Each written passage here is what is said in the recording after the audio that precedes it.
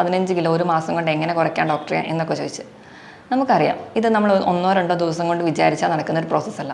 ശരീരത്തിലെ കൊഴുപ്പ് നമ്മുടെ ആരോഗ്യത്തെ ബാധിക്കും വിധം വർദ്ധിക്കുന്ന കണ്ടീഷനാണ് അമിതവണ്ണം. പണ്ടൊക്കെ മധ്യവയസ്കരിലാണ് കൂടുതലായി കണ്ടിരുന്നത്. പക്ഷേ ഇന്ന് കുട്ടികളിലും ചെറുപ്പക്കാരിലുമൊക്കെ ഈ കണ്ടീഷൻ ഒരുപാട് കാണുന്നു. നമ്മൾ കഴിക്കുന്ന ഭക്ഷണത്തിൽ കഴിക്കുന്ന അരി അടങ്ങിയ ഭക്ഷണങ്ങൾ നല്ല രീതിയിൽ തന്നെ നമുക്ക് കുറയ്ക്കണം. അതിന് പകരം നമുക്ക് ചോളം, കമ്പം തുടങ്ങിയ ധാന്യങ്ങൾ ഉൾപ്പെടുത്താവുന്നതേ ഉള്ളൂ. ഭക്ഷണത്തിൽ പ്രോട്ടീനോടൊപ്പം തന്നെ വെജിറ്റബിൾസും ഫ്രൂട്ട്സും കൂടുതലായിട്ട് ഉൾപ്പെടുത്തുക. 45 മിനിറ്റ് ഒരാൾ നടക്കുകയാണെങ്കിൽ അവസാനത്തെ 1-2 മിനിറ്റ് ഒന്ന് ഓടുക. അപ്പം നോർമലി നിന്ന പ്രോസസ്സിൽ നിന്ന് ഒന്ന് ശരീരം കുറച്ചുകൂടെ സ്പീഡപ്പ് ചെയ്യുമ്പോൾ നല്ല രീതിയിൽ നമ്മുടെ മെറ്റബോളിക് ആക്ടിവിറ്റി കൂടുന്നു. അങ്ങനെ നമുക്ക് ഊർജ്ജം കുറയുന്നു. അങ്ങനെ നമ്മുടെ ബോഡി വെയിറ്റ് കൺട്രോൾ ആവുന്നു. ഹായ്, ഞാൻ ഡോക്ടർ പ്രിയ, Q1 ഹെൽത്ത് കെയറിലെ ഹോമിയോപ്പതിക് ഫിസിഷ്യനാണ്. ഇന്ന് ക്ലിനിക്കിൽ ഒരുപാട് പേര് വരുന്നുണ്ട്. 15 കിലോ ഒരു മാസം കൊണ്ട് എങ്ങനെ കുറയ്ക്കാം ഡോക്ടറെ എന്നൊക്കെ ചോദിച്ച് നമുക്കറിയാം ഇത് നമ്മൾ ഒന്നോ രണ്ടോ ദിവസം കൊണ്ട് വിചാരിച്ചാൽ നടക്കുന്ന ഒരു പ്രോസസ്സല്ല. കൃത്യമായ ഡയറ്റും വ്യായാമവും ഒക്കെ വേണം. നമുക്ക് ഇന്ന് ഈ വിഷയത്തെക്കുറിച്ച് സംസാരിക്കാം. എന്താണ് ഒബിയസിറ്റി അഥവാ അമിതവണ്ണം? എന്താണ് അമിതവണ്ണം? ശരീരത്തിലെ കൊഴുപ്പ് നമ്മുടെ ആരോഗ്യത്തെ ബാധിക്കും വിധം വർദ്ധിക്കുന്ന കണ്ടീഷനാണ് അമിതവണ്ണം. പണ്ടൊക്കെ മധ്യവയസ്കരിലാണ് കൂടുതലായി കണ്ടിരുന്നത്. പക്ഷേ ഇന്ന് കുട്ടികളിലും ചെറുപ്പക്കാരിലുമൊക്കെ ഈ കണ്ടീഷൻ ഒരുപാട് കാണുന്നു. എങ്ങനെയാണ് നമുക്ക് അമിതവണ്ണം ഉണ്ടെന്ന് കണ്ടുപിടിക്കാം? അതിനുവേണ്ടി നമ്മൾ യൂസ് ചെയ്യുന്ന ടേമാണ് ബേസൽ ബോഡി മാസ് ഇൻഡെക്സ്, അഥവാ നമുക്കതെങ്ങനെ കണ്ടുപിടിക്കാം എന്ന് നോക്കാം. നമ്മുടെ weight in kilogram divided by height in metre square. അതായത് അതിങ്ങനെ ചെയ്യുമ്പോൾ 18-നും 25-നും ഇടയിലാണ് വാല്യൂ കിട്ടുന്നതെങ്കിൽ അതിനെ നോർമൽ എന്ന് പറയും. 25-നും 30-നും ഇടയിലാണെങ്കിൽ അതിന് അമിതവണ്ണം എന്നും 30-ന് മുകളിൽ പോകുമ്പോൾ പൊണ്ണത്തടി എന്നും പറയുന്നു. ലളിതമായി പറഞ്ഞു കഴിഞ്ഞാൽ നമ്മുടെ ഹൈറ്റ് എടുക്കുകയാണ് സെൻറ്റിമീറ്ററിൽ, അതിൽ നിന്ന് 100 കുറയ്ക്കുന്നതായിരിക്കണം നമ്മുടെ ബോഡി വെയിറ്റ്. ഉദാഹരണം, ഒരു 163 സെൻറ്റിമീറ്റർ ഹൈറ്റ് ഉള്ള ഒരാൾക്ക് 63 കിലോ ആയിരിക്കണം അവരുടെ ഒരു ആവറേജ് വെയിറ്റ്. WHO ഈ ഒബിയസിറ്റി തന്നെ 3 രീതിയിൽ പറയുന്നുണ്ട്. 30 മുതൽ 35 വരെയാണെങ്കിൽ ക്ലാസ് 1 എന്നും, 35 മുതൽ 40 വരെ ആകുമ്പോൾ ക്ലാസ് 2 എന്നും, 40-ന് മുകളിൽ പോയാൽ ക്ലാസ് 3 എന്നുമായിട്ട് ഡിവൈഡ് ചെയ്ത് വെച്ചിട്ടുണ്ട്. അമിതവണ്ണം എന്തുകൊണ്ടൊക്കെ ഉണ്ടാകാമെന്ന് നോക്കാം. അമിതവണ്ണം ഉണ്ടാകുന്ന കാരണങ്ങളെ നമ്മൾ രണ്ടായിട്ട് തരംതിരിച്ചിട്ടുണ്ട്. എൻഡോജീനിയസ് കണ്ടീഷനെന്നും എക്സോജീനിയസ് കണ്ടീഷനും. എക്സോജീനിയസ് കണ്ടീഷൻ എന്ന് പറഞ്ഞാൽ പുറത്തുനിന്നുള്ള കാരണങ്ങൾ, നമ്മുടെ ഫുഡിൻ്റെ അളവ് കൂടുന്നു, വ്യായാമം കുറയുന്നു തുടങ്ങിയ കാരണങ്ങൾ. എൻഡോജീനിയസ് എന്ന് പറഞ്ഞാൽ ശരീരത്തിൻ്റെ തന്നെ കാരണങ്ങൾ, ചില ഹോർമോണൽ ഇംബാലൻസ്, ഉദാഹരണം തൈറോയിഡിൻ്റെ ഒക്കെ ഇംബാലൻസ് മൂലം നമുക്ക് വണ്ണം വെക്കുന്നത് കാണാം. ഇതിന് പുറമെ തന്നെ ചിലർക്ക് പാരമ്പര്യം കൊണ്ടുവരാം, ചില മരുന്നുകൾ സ്റ്റിറോയിഡ്സ് കഴിക്കുന്നതുകൊണ്ട് വരാം, ചില അസുഖങ്ങൾ കൊണ്ട് നമുക്ക് വണ്ണം വെക്കാം. അതുപോലെ തന്നെ സ്ട്രെസ്സ് കാരണവും ചിലർക്ക് വണ്ണം വെക്കുന്നതായി കാണാം. ഇനി അമിതവണ്ണം കൊണ്ട് എന്തൊക്കെ കോംപ്ലിക്കേഷൻ ഉണ്ടാവും എന്ന് നോക്കാം. നമ്മൾ ആദ്യം കരുതുന്നത് നമ്മുടെ സൗന്ദര്യത്തെ ബാധിക്കുന്നു, അല്ലെങ്കിൽ നമ്മുടെ ബോഡി ഷേപ്പ് നഷ്ടപ്പെടുന്നു, എല്ലാ ഡ്രസ്സും ഇടാൻ പറ്റുന്നില്ല. അതൊക്കെയാണ് നമ്മൾ മെയിൻലി ടെൻഷൻ അടിക്കുന്ന കാര്യങ്ങൾ. അതിന് പുറമേ നമ്മുടെ ശരീരത്തിനെ വളരെ ദോഷകരമായിട്ട് ഈ അമിതവണ്ണം ബാധിക്കുന്നുണ്ട്. അതെന്തൊക്കെയാണെന്ന് നോക്കാം. First one, diabetes. അമിതവണ്ണമുള്ളവരിൽ 5 മുതൽ 6 ഇരട്ടി ചാൻസ് ആണ് സാധാരണ ഒരാൾക്ക് ഉണ്ടാവുന്നതിലും ഡയബറ്റിസ് ഉണ്ടാവാനുള്ള ചാൻസ്. രണ്ടാമത്, ഹൈപ്പർ ടെൻഷൻ, BP കൂടുന്നതായി കാണാം. മൂന്നാമതായിട്ട് കൊളസ്ട്രോൾ വരുന്നതായി കാണാം. ഇങ്ങനെ അമിതവണ്ണമുള്ളവർ BP, കൊളസ്ട്രോൾ, പ്രമേഹം എല്ലാം ഒരു കോംപ്ലക്സ് ആയിട്ട് നിൽക്കുമ്പോൾ നമ്മൾ അതിനെ മെറ്റബോളിക് സിൻഡ്രോം എന്ന് പറയുന്നു. ഇതിനോടൊപ്പം തന്നെ നമ്മുടെ ശരീര വെയിറ്റ് കൂടുമ്പോൾ നമ്മുടെ സന്ധികൾക്ക് നമ്മുടെ ശരീരഭാരം താങ്ങാൻ പറ്റാതെ സന്ധിവാദവും അല്ലെങ്കിൽ സന്ധിവേദനയൊക്കെ കാണുന്നു. അതോടൊപ്പം തന്നെ നമുക്ക് സ്ട്രോക്ക് ഉണ്ടാവാനുള്ള ചാൻസ്, ഹൃദ്രോഗത്തിനുള്ള ചാൻസ് കൂടുന്നു, വെരിക്കോസ് വെയിൻസ് വരെ ഉണ്ടാവാനുള്ള ചാൻസസ് കൂടുന്നു. അതുപോലെ PCODക്കുള്ള ചാൻസും ഈ വണ്ണം തന്നെയാണ് കാരണം. പലരും പറയും എനിക്ക് PCOD ഉള്ളതുകൊണ്ടാണ് ഞാൻ തടി വെക്കുന്നത്. പക്ഷേ അങ്ങനെയല്ല, തടി വെക്കുന്നത് കൊണ്ടാണ് PCOD ഉണ്ടാകുന്നത്. നമ്മുടെ ശരീരത്തിൻ്റെ വണ്ണം കൂടുമ്പോൾ നമ്മുടെ ശരീരത്തിൽ ഇൻസുലിൻ റെസിസ്റ്റൻസ് ഉണ്ടാവുകയും അതുവഴിയാണ് നമുക്ക് PCOD ഉണ്ടാവുന്നത്. ഇനി നമുക്ക് അമിതവണ്ണം എങ്ങനെ കുറയ്ക്കാം, എങ്ങനെ മാനേജ് ചെയ്യാമെന്ന് നോക്കാം. ആദ്യം തന്നെ പറഞ്ഞല്ലോ, ഒരു മൂല കാരണം നമ്മൾ കഴിക്കുന്ന ഭക്ഷണത്തിൻ്റെ അളവ് കൂടുതലും അതുപോലെ നമ്മുടെ എക്സസൈസ് കുറയുന്നതുമാണ്. അപ്പം നമുക്ക് ഇതിലൊരു ചേഞ്ച് വരുത്തണം. നമ്മൾ കഴിക്കുന്ന ഭക്ഷണത്തിൻ്റെ അളവ് കുറയ്ക്കുക, അതുപോലെ തന്നെ എക്സസൈസ് കൂടുതലായി ചെയ്യുക. ഇങ്ങനെ നമുക്ക് നമ്മുടെ ബോഡി വെയിറ്റ് കൺട്രോൾ ചെയ്യാവുന്നതേ ഉള്ളൂ. ആദ്യം തന്നെ നമുക്ക് ഫുഡിൽ എന്തൊക്കെ മാറ്റം വരുത്താമെന്ന് നോക്കാം. നമ്മുടെ ഭക്ഷണത്തിൽ അന്നജത്തിൻ്റെയും കൊഴുപ്പിൻ്റെയും അളവ് കുറയ്ക്കുക, പകരം നമുക്ക് പ്രോട്ടീൻ കൂടുതലായിട്ട് ഭക്ഷണത്തിൽ ഉൾപ്പെടുത്തുക.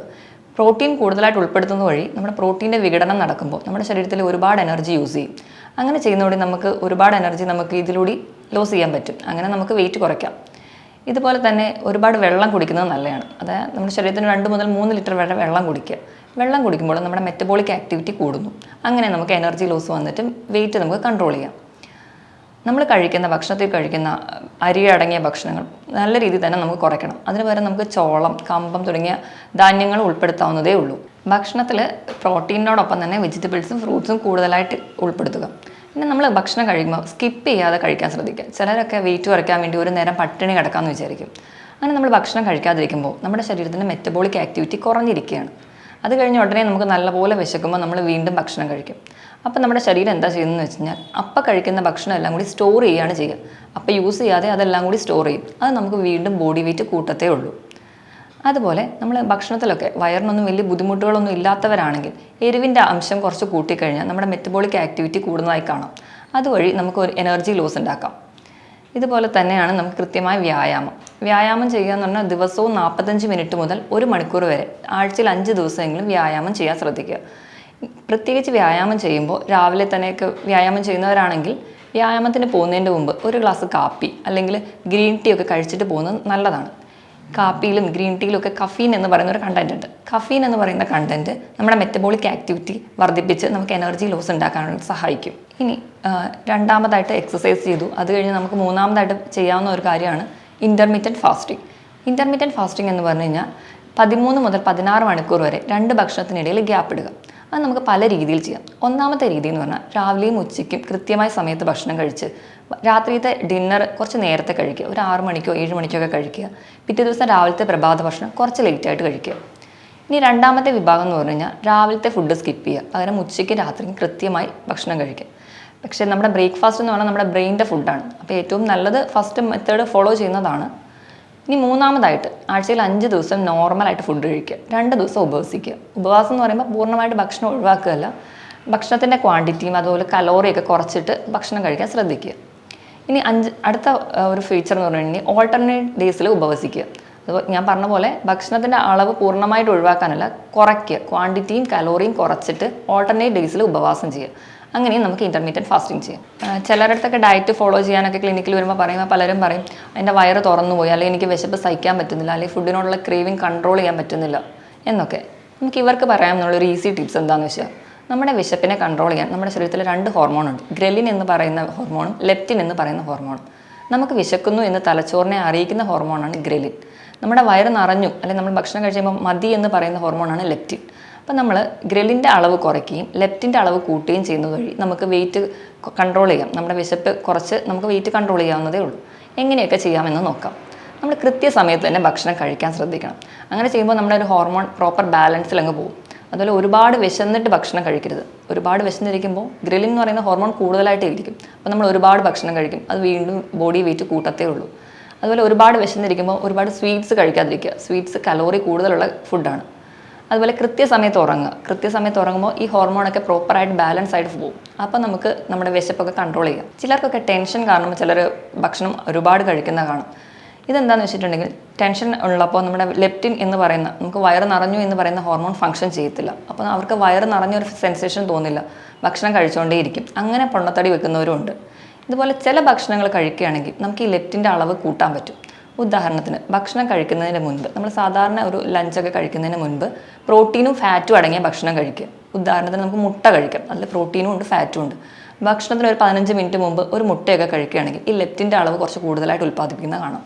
അതുപോലെ കഴിക്കുമ്പോൾ ഭക്ഷണം നല്ലോണം ചവച്ചരച്ച് കഴിക്കുകയാണെങ്കിൽ നമുക്ക് വയറ് കുറച്ചുകൂടെ പെട്ടെന്ന് നിറഞ്ഞ പോലെ തോന്നും. അതുപോലെ ഭക്ഷണം കഴിക്കുന്നതിന് മുൻപ് 2 ഗ്ലാസ് ഒരു ഇളം ചൂട് വെള്ളം കുടിക്കുക. അതുപോലെ ഒരു ബൗൾ സാലഡ് കഴിക്കുക. അതിനൊരു 15 മിനിറ്റ് ശേഷം മാത്രം ഒരു ലഞ്ച് കഴിക്കുക. ഇങ്ങനെയൊക്കെ നമുക്ക് ഫുഡിലൂടെ ഒരു പരിധി വരെ വെയിറ്റ് കുറയ്ക്കാം. നമ്മൾ എക്സസൈസ് ചെയ്യുന്ന കാര്യം പറഞ്ഞല്ലോ. അപ്പോൾ അതിൻ്റെ കൂടെ തന്നെ നമ്മൾ ചെയ്യുമ്പോൾ മെയിൻലി ഹീറ്റ് ബേൺ എക്സസൈസ് ചെയ്യുക. ഹീറ്റ് ബേൺ എക്സസൈസ് എന്ന് പറഞ്ഞാൽ 45 മിനിറ്റ് ഒരാൾ നടക്കുകയാണെങ്കിൽ അവസാനത്തെ 1-2 മിനിറ്റ് ഒന്ന് ഓടുക. അപ്പം നോർമലി നിന്ന പ്രോസസ്സിൽ നിന്ന് ഒന്ന് ശരീരം കുറച്ചുകൂടെ സ്പീഡപ്പ് ചെയ്യുമ്പോൾ നല്ല രീതിയിൽ നമ്മുടെ മെറ്റബോളിക് ആക്ടിവിറ്റി കൂടുന്നു. അങ്ങനെ നമുക്ക് ഊർജ്ജം കുറയുന്നു. അങ്ങനെ നമ്മുടെ ബോഡി വെയിറ്റ് കൺട്രോൾ ആവുന്നു. ഇങ്ങനെയൊക്കെ ചെയ്യുന്നവരെ ഒരു പരിധി വരെ നമുക്ക് നമ്മുടെ ബോഡി വെയിറ്റ് കൺട്രോൾ ചെയ്യാൻ പറ്റും.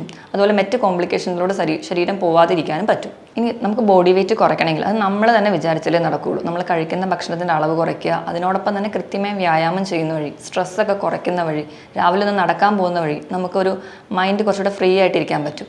ഇതിനോടൊപ്പം തന്നെ എന്തെങ്കിലും കോംപ്ലിക്കേഷൻസ് ഒക്കെ വരാതിരിക്കാൻ വേണ്ടി നമുക്ക് ഹോമിയോപ്പതിയിൽ ഫലപ്രദമായ ചികിത്സ ലഭ്യമാണ്. മറ്റൊരു വീഡിയോയിൽ വേറൊരു ഹെൽത്ത് ടോപ്പിക്കുമായിട്ട് വീണ്ടും കാണാം. താങ്ക്